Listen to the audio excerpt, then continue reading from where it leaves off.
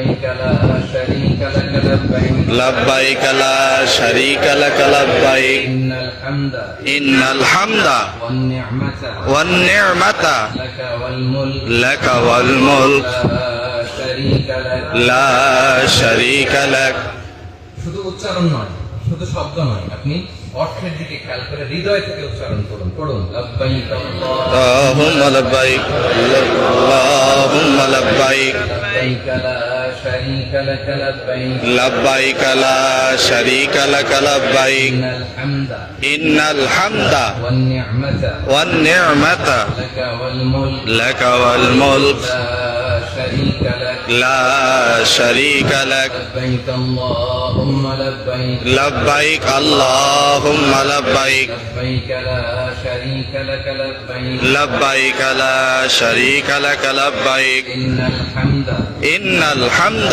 والنعمة والنعمة لك والملك لا شريك لك لا شريك لك لبيك اللهم لبيك لبيك اللهم لبيك لبيك لا شريك لك لبيك لبيك لا شريك لك لبيك إن الحمد إن الحمد والنعمة والنعمة لك والملك لك والملك لا شريك لك لا شريك لك আল্লাহ রাসূল সাল্লাল্লাহু আলাইহি ওয়া আলিহি ওয়াসাল্লাম এই দিনে একটা ভাষণ দিয়েছিলেন, যেটা আমরা বিদায় হজের ভাষণ নামে জানি।